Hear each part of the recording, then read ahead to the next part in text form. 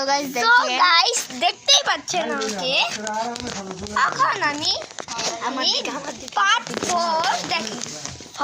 Part 4 এর জন্য প্রস্তুত। যে পুরোপুরি সম্পূর্ণ আগুন ধরে গেছে। ওই দেখেন আমাদের ডিজেল লাইট ওখানে জ্বালানো হয়েছে, মানে আমাদের ঘরে একটি বাল্ব এরকম করছে। সো গাইস দেখেন ওই যে আগুনটা ধরে গেছে, আর আমরা একটি টেন্টের ভিতরে আছি। এখন আমরা আমাদের আগুনগুলো দেখি।